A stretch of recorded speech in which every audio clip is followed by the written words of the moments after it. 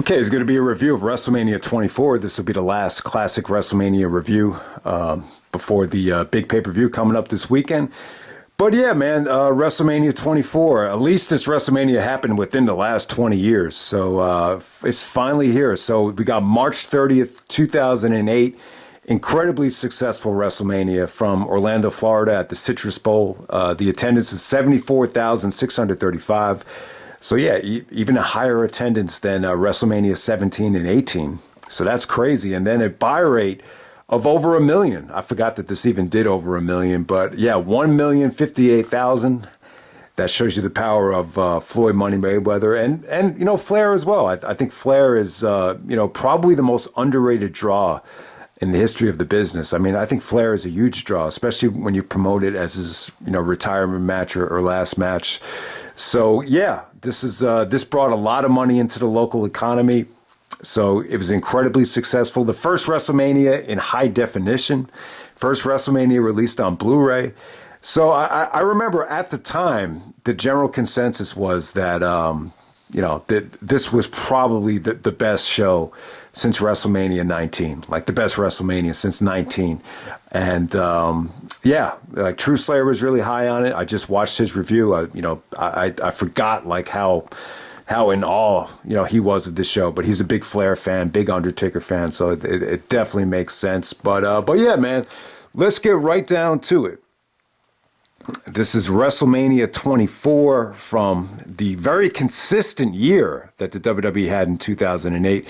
We got all these returns. This is a WrestleMania filled with guys that had just returned to the company after all the injuries from 2007. So, you know, first match of the night, we got John Bradshaw Layfield, who's coming off of that awful performance at the Royal Rumble, to taking on Finlay. Finlay with Hornswoggle.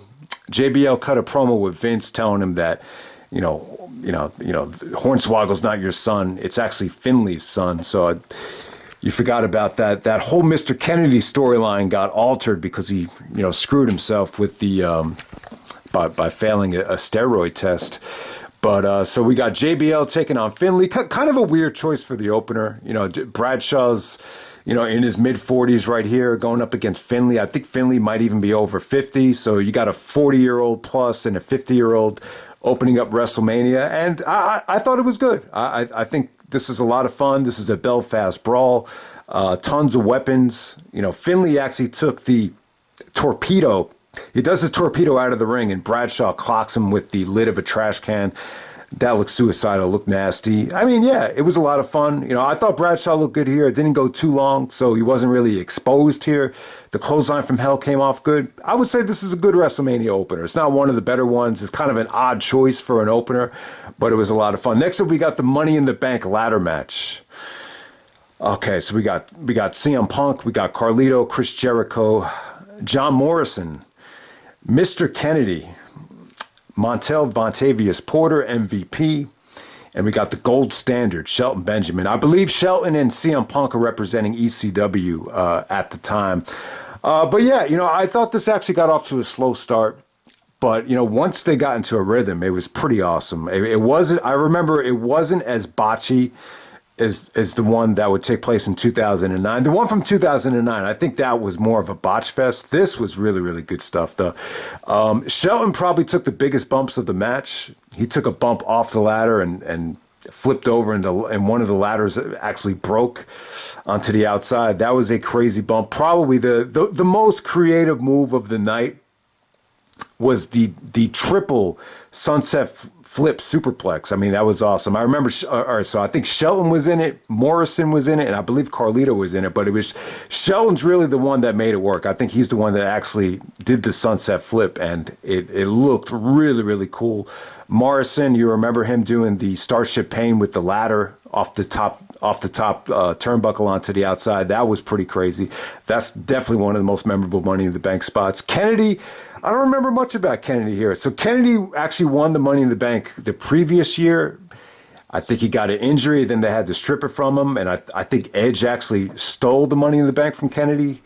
So Kennedy actually cuts a promo with Kim Kardashian backstage, and you could just tell Kim found Kennedy really, really annoying.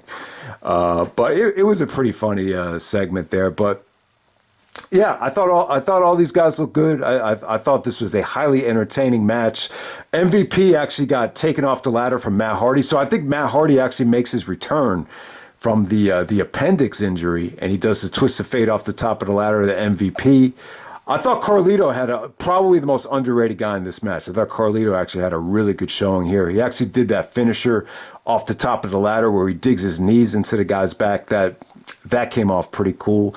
And then we ended with CM Punk and Chris Jericho. This was going to be a feud that would, be very personal and be very emotional. Maybe 3 or 4 years later. So they actually had a couple of these like really small ladders out there, and Jericho actually did the code breaker to Punk on the really small ladder, and then the match ends when Jericho and Punk are punching each other. All of a sudden, Punk actually traps Jericho's legs in the gaps of the ladder, and Punk wins the Money in the Bank briefcase for the first time. And he would go on to cash in, I believe, at the end of June. Maybe the Raw after Night of Champions. I think Punk actually cashes in on Edge after Batista powerbombs the crap out of Edge. And, CM Punk cashes in June of 2008. But yeah, I think in retrospect, though, I think when you look back at the way that CM Punk reign played out, he wasn't even allowed to defend the championship at Unforgiven in that scramble match. And that night, they actually had Jericho win it. I think he was like the surprise entry of the scramble, and they gave Jericho the belt, for the HBK feud. So I think, looking back on it, you might as well have just had Jericho win this Money in the Bank because, just the way Punk's reign was booked, I'm still pissed off about that, how, Randy Orton took him out at Unforgiven, and, the whole thing was just, I get very angry thinking about that in retrospect, but it was cool that they gave Jericho the title at Unforgiven, but it would have made more sense had Jericho cashed in with the Money in the Bank. But speaking of Jericho, though, I would have loved for him to be part of something a lot bigger than just being in the Money in the Bank again. He was definitely the most established guy in the match. I just felt like it was unnecessary at the time. But, there were so many guys that really overshadowed Jericho's return that he just kind of got lost in the shuffle. But, yeah, I like the ending between Punk and Jericho. I thought it was very well executed. And, just speaking of Punk and Jericho, I just wanted to follow up on something. So Jericho was saying on the one of the podcasts that it's unnecessary for to see Jericho versus Christian or see some of these matches that you've already seen in the WWE. I would actually disagree with that. Like, I still want to see Jericho and Punk in AEW. I just feel like I'm a big fan of like different environments and atmospheres. I just think if you go back to Jericho and Punk in AEW, I just think it'll give it a totally different feeling. And so I would love to see it down the road. I don't know if I really agree with Jericho about that. Yeah, maybe with Christian, I could see that. Maybe it's unnecessary, but there's still a lot of guys that have touched in WWE that I want to see, in a different realm in AEW. So I don't know if most people would agree with that, but let me know. Okay, so next up we got Batista. Batista representing SmackDown, taking on Umaga. Umaga's representing Raw, so this is your interpromotional match of the night. Yeah, a far ways away from the dream match that Kurt Angle and Shawn Michaels was at WrestleMania 21 when that was promoted as Raw versus SmackDown. I thought the match was actually pretty good. I thought Umaga was good here. His submission looked really deadly. Jerry Lawler was really selling it well, how, Umaga was going to, cut off the blood flow to Batista's brain. I was like, holy shit. I didn't expect that out of Jerry. But, I thought everything was fine here. I thought Umaga's strikes were good. I don't think the match was bad. It just felt like Batista was the odd man out. Batista missed a lot of WrestleManias. I mean, look, he missed WrestleMania 18. He missed WrestleMania 19. He missed WrestleMania 22. He missed WrestleMania 25. I mean, he missed a lot. The guy got injured so many times. And at this particular time, he was definitely the odd man out with Undertaker and Edge. You got to see Orton, Cena, and Triple H in the triple threat. Would have been cool for Batista to be in that mix because, Orton, Cena, Batista, they all came up together. I think I might have preferred that, to be honest with you. But Batista, obviously, he lives for the WrestleMania payday. So I'm sure he's a little bit deflated in being in this type of match. So, yeah, he didn't bring his A game. The Batista bomb looked like shit. It looked like he almost dropped Umaga on his head. It looked like he couldn't get him all the way up. But yeah, for the most part, I thought both guys looked good. The match was kept very, very short. But it wasn't bad, though. I've seen some people say it was a dud. But I kind of agree with True Slayer though. It's like Umaga brought his A game, but it wasn't the best version of Batista, if that makes any sense. Okay, so next up, we got probably the one of the worst things of the night: Chavo Guerrero defending the ECW Championship against Kane. So they bring Taz and Joey Styles in to commentate, just for this match. So Kane actually comes from behind Chavo. Chavo doesn't see him. Kane does the chokeslam. So Kane is your new Extreme Championship Wrestling champion. I mean, I think Kane takes enough abuse for, his WrestleMania roles over the years. But yeah, it just seems silly looking back on it. It's the ECW brand should have never been brought back. And at this time, in 2008, they probably should have got rid of it a lot quicker than they did. That's all I can really say about it. Okay, so next up we got Shawn Michaels taking on Ric Flair. This is the career-threatening match. So, Flair, Vince, I forgot that Vince was actually in the storyline, and he said to Flair, like, if he loses another match, he'll be forced to retire from in-ring competition. So, yeah, this is definitely great stuff. I'm not going to say it was match of the night, but I will say I think it's probably Flair's best match in the WWE. I would even put it above Flair and Savage from WrestleMania 8. I thought it was that good. Shawn, obviously Shawn Michaels is a huge Ric Flair fan. He grew up emulating him, watching him. But the difference with Shawn is Shawn really, in some ways really evolved athletically, over Flair, I think, over the years, and he kind of became his own guy. There's other guys that have, like a Dolph Ziggler, Dolph Ziggler, maybe some other guys you still kind of look at them as HBK impersonators, but, Shawn really kind of found his own identity. I just thought that's important to point out here, even though he did love Flair, growing up. And I think that's probably, one of the biggest silver linings with Triple H and Shawn Michaels, having this much power in the WWE is they were able to kind of talk Vince into really promoting Flair like he was, the Babe Ruth or the best there ever was in professional wrestling. And this weekend was huge. I'm not going to say they stole the show, but in some ways I think Flair really stole the show this weekend. When you look at WrestleMania, when you look at the Hall of Fame, when you look at the Raw after WrestleMania, just how emotional and how well done that tribute was for Flair.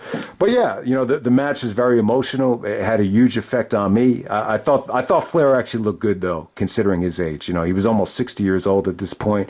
There were some beautiful transitions into the figure four where Shawn was just hesitant, and then Flair wrapped him up in the figure four. So I thought that was really good stuff. God, I bet you Michaels wishes he could take that bump back. So he does the springboard moonsault onto the table. Flair gets out of the way, and Shawn's sternum hits the edge of the announce table.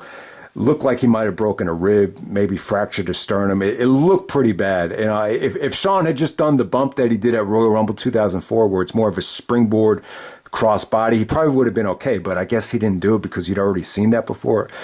I don't know. And then, Shawn was great, man. He busted his ass. Even the moonsault off the top turnbuckle looked nasty. It looked like it hurt because of the previous bump.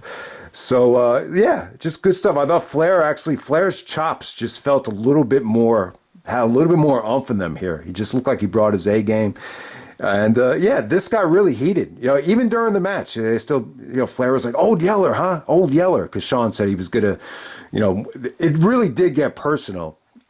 Before WrestleMania, where Shawn said, he was going to put him out like they did Old Yeller in the movie where it's about putting the horse out or putting him out of his misery. So that's where the feud really got heated. So yeah, just really good emotional stuff. The ending where Shawn says to him, says to Flair, "I'm sorry, I love you," and then he hits him with the super kick. And even the way, like, after Shawn pins him, instead of celebrating, he just grabs Flair and just starts holding him by the neck, like he just didn't want to do it. So I thought Shawn was great here. In some ways, this is one of his best performances at WrestleMania. The only problem, I don't have a problem with this match, but I kind of have a problem with Michaels.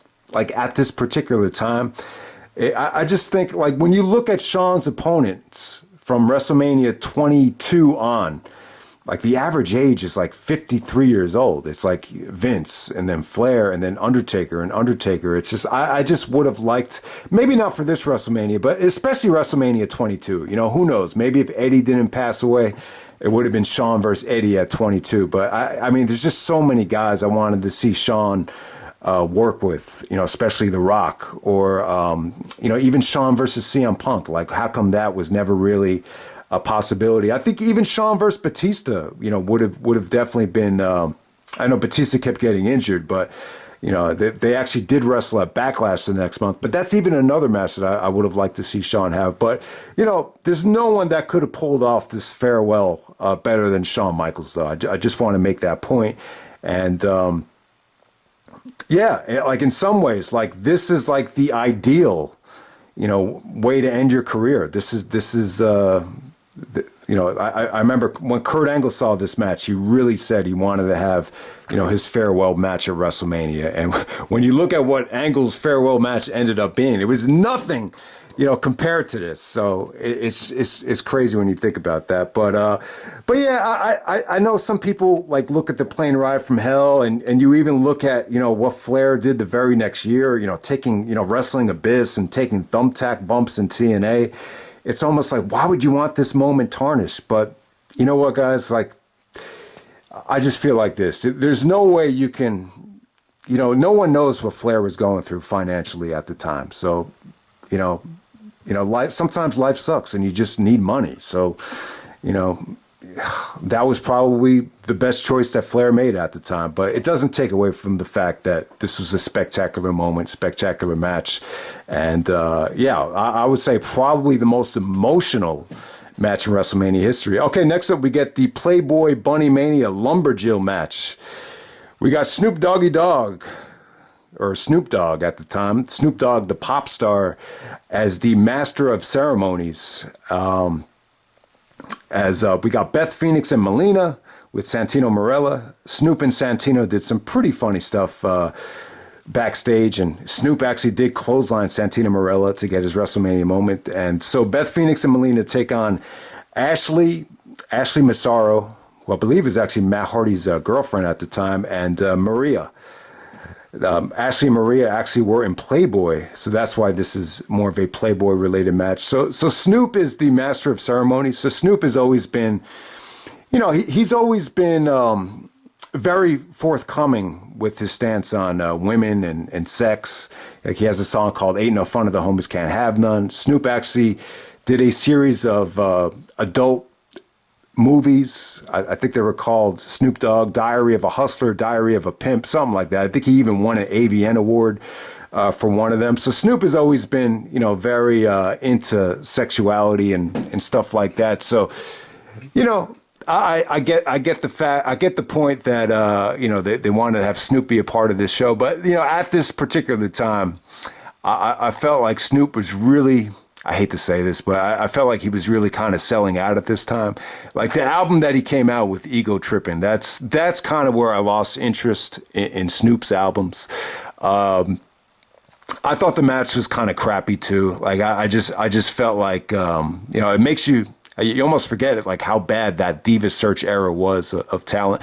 Beth Phoenix was definitely the one shining gem in this match, and Melina was in great shape back then. She really looked a lot better back then than she did at the Rumble. The lights actually went out, and it didn't really affect the match that much, though. Like, if the lights were going to go out on one match, you'd rather it be this match. But yeah, I mean, I thought this is the worst thing of the night, other than the Kane and Chavo stuff. But yeah, I think the one silver lining in Snoop being associated with this WrestleMania is that he was able to bring Sasha Banks with him, and this is kind of where Sasha got a foot in the door with the WWE. And the funny thing is, the previous match with Shawn and Flair, you actually see Charlotte out in the front row as well. So in some ways, this is kind of where Charlotte and Sasha Banks really kind of planted the seeds for their success with the WWE. Okay, next up for the WWE Championship, we got the WWE Champion, Randy Orton, defending the belt against John Cena, the winner of the Royal Rumble, and Triple H, triple threat match for the WWE Championship. The match only goes 14 minutes and 10 seconds. Yeah, it felt a little bit longer than that, but yeah, this did not get the main event. I kind of have mixed feelings on it. I felt like maybe this should have gotten the main event. I just feel like at that time, Cena was really, triggering such reactions that I just felt like it would have made for a better show if this match had gotten more time and been the main event. I definitely think he could have gotten away with it. I think you could still argue that, Taker and Edge should have closed the show. A lot of mixed feelings on this. This was really good stuff, I would say, for them. It felt really fast-paced, lots of creativity. This is probably the biggest bump I think Orton's ever taken at WrestleMania. So Triple H had Cena up on an electric chair, and then Orton does the cross body on the electric chair. So that was pretty cool. They did some creative stuff where they actually used each other as weapons because it's a triple threat. So that's what really stood out about the match. But yeah, really fast paced, lots of breakups. Very unpredictable match as well. They had this poll where everyone voted that Cena was going to win the belt back. You think Cena won the Rumble, so he should win this match, or maybe Triple H, his return is going to culminate in a championship at WrestleMania. You've seen it before, why wouldn't it happen again? But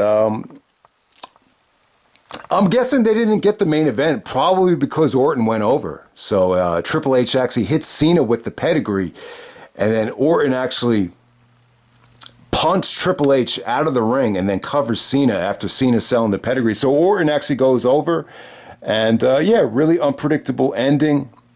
I feel like the match could have been a little bit better. It did feel like they were holding back a little bit with the finishers. I just felt like the match could have been longer, and I thought it could have been more fun. I just felt like they didn't empty the tank, but at the same time, I think a lot of people like the fact that it was kept a little bit short. A lot more positively received than the triple threat. They actually had the same match at Night of Champions 2009, and I think by that point, the combination had just gotten stale. I think people were sick of Orton, and they were sick of Triple H. Just definitely, he wasn't as good in 2009 as he was in 2008. I would say in this match right here, this is the slimmest Triple H ever looked since the early 2000s. Like, he really looked lean. He looked good, but I just feel like the combination kind of was a little bit stale by the time he got to 2009, especially with these guys, the same guys going for the title. I would have been more into, I just didn't get the fact that you always had to do Cena and Triple H every single year at WrestleMania. It was supposed to happen at WrestleMania 23 as well. I just would have liked to seen, the card kind of spiced up a little bit. I would have loved to see Jericho in a singles match here. So, yeah, this wasn't my personal taste, but I will say this. I think all three guys brought it. I thought the entrances were fun. The whole match was really, really fun. They were able to have a good match, a good triple threat, without it being a finisher fest, which is something that's kind of difficult to do. But I don't know. I just feel like these guys should have emptied the tank here, and I do feel like it could have been the main event. I think the show would have been even better, had this been the main event. I definitely think they could have gotten away with it, but I just think it was weird how Triple H actually won the belt at Backlash. I just feel like if you're going to do that, you might as well just do it here. But yeah, I definitely understand it. Having Orton go over in the way that he did, it would have been tough to pull off that vintage feel good WrestleMania main event. If you do the heel Orton finish in the main event. Okay, so next up we got Floyd Money Mayweather taking on the Big Show, the no disqualification challenge match. All right, this was actually really fun. This definitely was a nice celebrity match for WrestleMania. The Big Show lost a ton of weight This is the first time you've seen Big Show since I believe it was the December to Dismember, where it was a fiasco where he dropped the belt to Bobby Lashley. That was a nightmare of a night. But yeah, Big Show definitely stepped up his game. I would definitely say this. I think the build-up was better than the actual match. They did a segment at No Way Out where the confrontation where Big Show was letting Mayweather just, clock him. I don't think Big Show thought he was going to do it, but when Mayweather did it, man, it was like these stiff punches right to the nose, and Big Show started bleeding. Then Mayweather jumps over the rope as Big Show's about to kick his ass. So, yeah, I thought this was fun. It was David versus Goliath. Mayweather was bragging that he got $20 million for WrestleMania. Does anyone know if that's really true?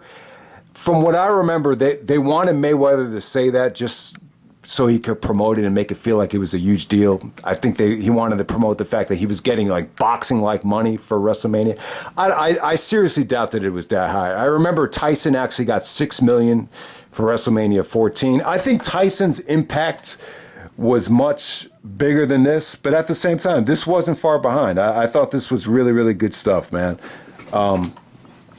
Yeah, Floyd just has a lot of charisma. I thought Big Show really kind of, carried this match to some degree. I think this is probably definitely Big Show's best performance, without a doubt, at WrestleMania. It's funny, like, Big Show wasn't even at WrestleMania 18, and, he just lost so much weight. He looked great here. It's just a shame that, I think whenever Big Show was on the road and the monotony crept in, he just had a difficult time keeping the weight off. But in this situation, having him take that whole year off, yeah, he looked money, man. And yeah, so I mean, the only thing you didn't really like about it is Mayweather's entourage was kind of a nuisance at ringside, but at the same time, I thought that ending was cool. Mayweather actually takes off the gloves, puts on the brass knucks, and just clocks Big Show with it.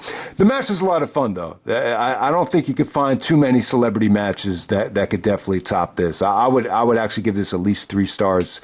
So definitely good stuff there. Okay, so next up we got Undertaker taking on Edge.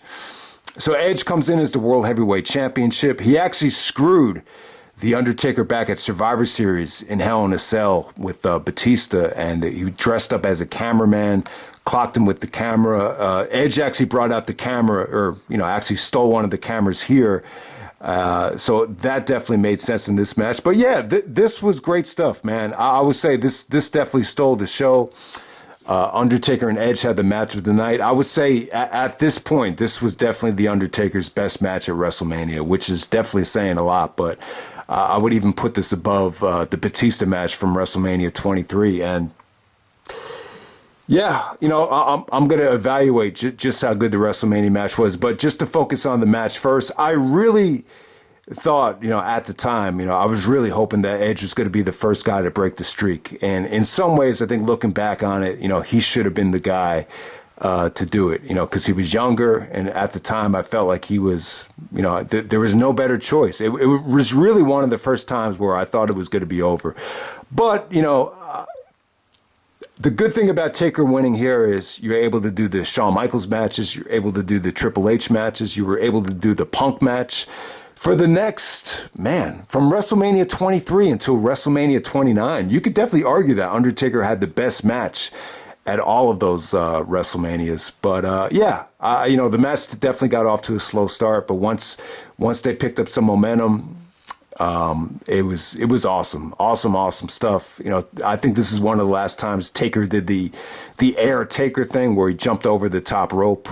I think the next year at WrestleMania, he almost killed himself. But this is like one of the last times where he actually got it clean. Edge did some really nice counters to Taker's movesets. I mean, the counter to the last ride was definitely something different. They played off of the WrestleMania 17 one. You have seen the cockiness and then the last ride, but this time Edge actually countered it into a neck breaker, so he didn't take the last ride. I thought that was a good counter. Even some of the drop kicks that Edge pulled off here to counter some of Undertaker's lariats. I thought, there was just a lot of really good stuff here. Lots of high spots. Edge took one of the nastiest bumps of his life when Taker actually shoved him off the top turnbuckle. It looked like Edge actually almost landed on his shoulder and broke his shoulder. So I thought that was crazy. The tombstone spot was definitely the most memorable spot in the match. So the referee, Jimmy Guerrero, actually got knocked out. So Taker does the tombstone to Edge. There's no referee. Charles Robinson sprints down to the ring. It looked like it took him forever to get down there, but he sprinted hard as hell, and then he made the count. And it looked like, Taker would have gotten that if he had just gotten to the ring just a little bit quicker. But they protected the tombstone, and it paid off the next year with Shawn Michaels big time, because the Michaels kick out was even better than this one. But Edge kicking out of the tombstone, it really made him look strong. And Edge actually hit a couple of spears. On the second spear, Taker actually does the Hell's Gate, which is like a variation of the triangle choke, and Edge actually starts bleeding from the mouth. I don't know how they did that, where Edge actually, would start bleeding from the mouth to put over how brutal this Hell's Gate finisher was. And eventually it led to, I think, Vicky Guerrero actually banning the move. And I believe that's how Edge actually won the belt back eventually because of that. But yeah, the Undertaker and Edge feud was great. I think they had 5 matches. It ended in a Hell in a Cell at SummerSlam, but this might have been the best one. I would definitely say this. This might have been the best main event in WrestleMania history, not involving Shawn Michaels. Does that sound accurate? I would probably put Angle and Lesnar over this, but God, I'll tell you what, I would even put this over Edge's, last year when Edge main event WrestleMania against Daniel Bryan and Roman Reigns. I would put this above that. So yeah, incredible performance from Undertaker and Edge. This is the first time Edge ever main evented WrestleMania. So I was happy that Edge got the main event. That's the best thing about this actually being the main event. I do think with Cena being so hot with the polarizing reaction, you probably could have gotten that, hostile environment if the triple threat actually went last and got a little bit more time. They really could have done something special there. But hey, either way, I think this WrestleMania ended up being definitely one of the better ones.